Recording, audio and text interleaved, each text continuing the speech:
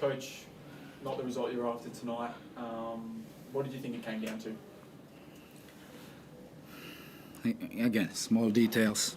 And then, Petteri, again, we knew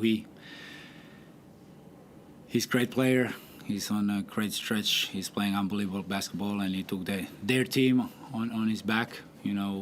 We did pretty good job in the beginning trying to contest. He couldn't hit those shots, but then in the second half, he get going and he kind of won the game for them. But about small details, and at the same time, we couldn't find some solutions tonight in offense. They made it difficult for us.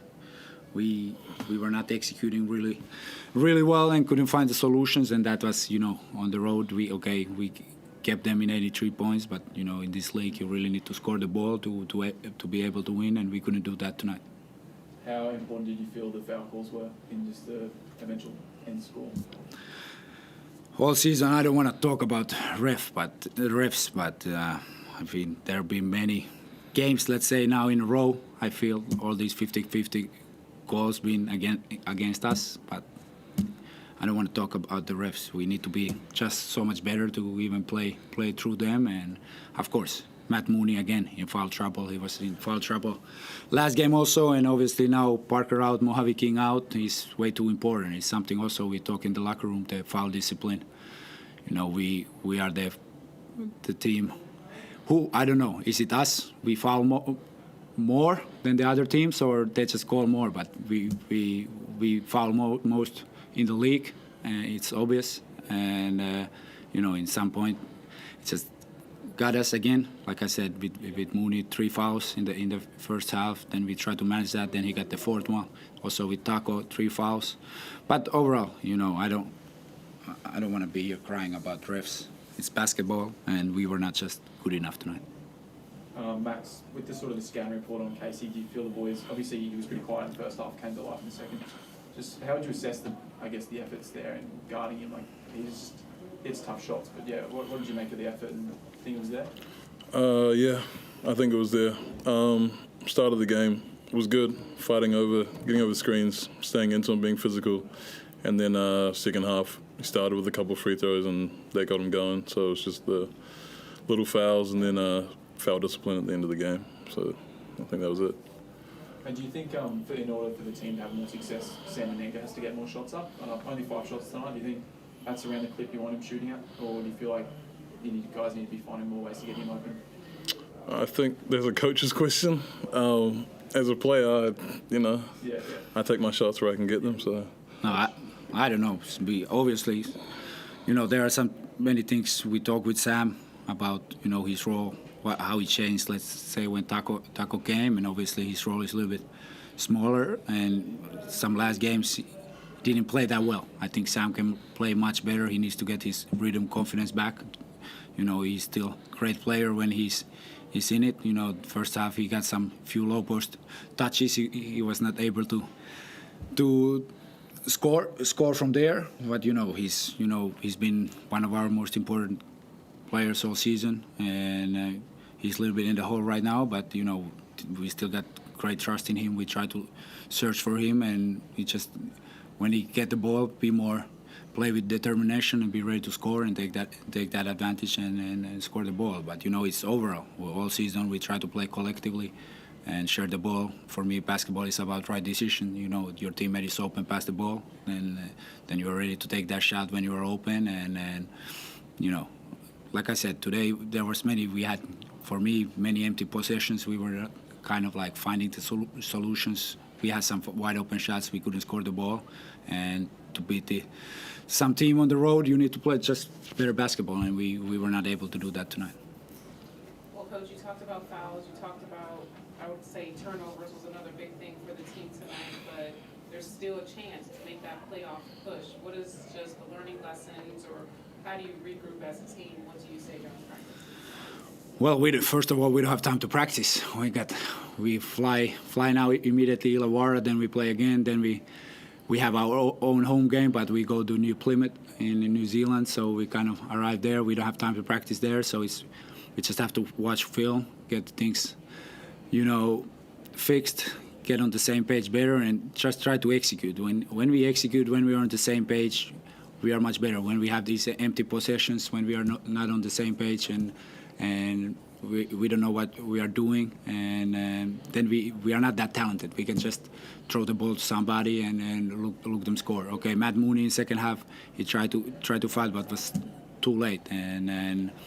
But overall, we need just collectively much better effort and fix some things and do things better. Also, as coaches, we need to think what we can try to do in this little time to help the team get the result. But everybody, we keep fighting until there is hope. We are there fighting, competing, and this is what these guys been doing all season. And we go there, and that's the first thing. Go there, enjoy fighting together, competing together, and we go game by game.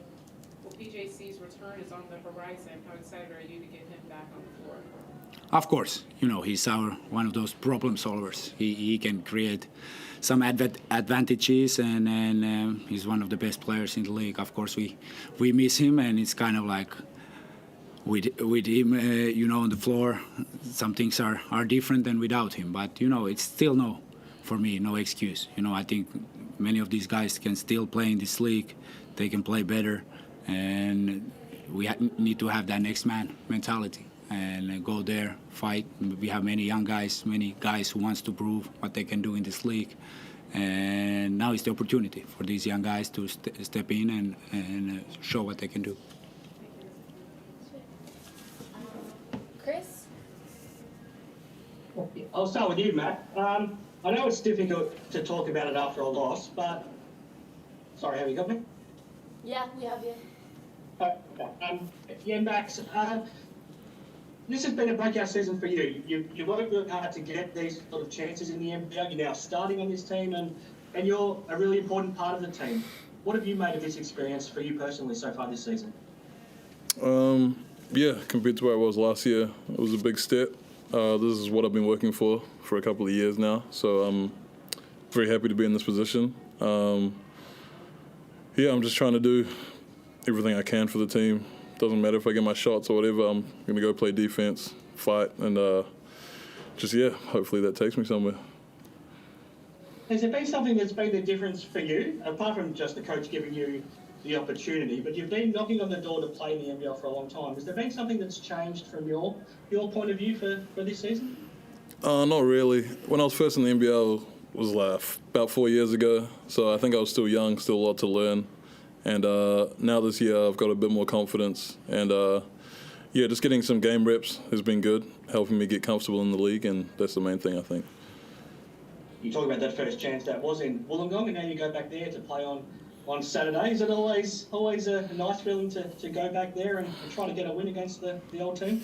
Yeah, no, it is good. I enjoyed living there, but like we said, we got to fight. We're playing one game at a time now, so this is going to be a big one for us, and I think we can rally and we can get it done. Bob, I know you said you didn't want to talk about the fouls, and I won't try to lead you down that path, but we talked on Sunday about the difference once Matt fouled out in the last 4 minutes of that game, and tonight you can see his frustration, you can see how much he cares, and you can see how frustrating he is when he gets those early fouls. I can't help but feel that if he plays 35 minutes tonight instead of 22, and he plays those last 4 minutes on Sunday, you're sitting here 3-0 over these last 3 games. Yeah, but that's, in life, that's the most easiest thing to say, if and Sure. And we also talk with Matt about this, he's, especially now with, some guards out, he's way too important for us to make those, stupid fouls sometimes, and then, take the technical, and it's about foul discipline, and he's one of those guys who can create the advantage for us, playing pick and roll, make the reads, get to the basket, hit some shots, and obviously it hurt us again, and second game in a row. But he needs to be better, and he knows this, and I think he's ready to go again in Illawarra. It's an interesting balance, though, isn't it? Because what makes him so good is how passionate he is. So I know that he gets those technicals when his frustration spills over, but by playing with that edge, it's also what makes him such a good player. Well, yeah, you love to see that passion, of course, but it's also you have to have cool heads. It's kind of like you let your team down when you take those kind of stupid fouls early on, three early fouls, and he knows how important, especially now with Parker out. So, like I said, he needs to have more discipline, avoid those stupid fouls, play clean defense, and get better. Like I said, you can change some calls, but at the same time, you need to be better and play cleaner defense. It was always going to be a big challenge to deal with playing without Parker, but like I said, you're not far away from going 3-0 without him if you change a couple of things. So you've done a lot of things right, but now you go and play the Hawks and they just play at such a fast pace, such a fast tempo, and you're trying to play the opposite. So it's almost a clash of styles. So how do you go into that game and try to find a few more points, but also try to slow them down? Well, it starts, from our offense also. We need to control the tempo, take care of the ball, take good shots, execute. If you want to play our pace, obviously, we have different styles, so we need to play a different way. If you want to compete in that game, then take pride in defense. Price Cotton had 41, Prater 31 against us.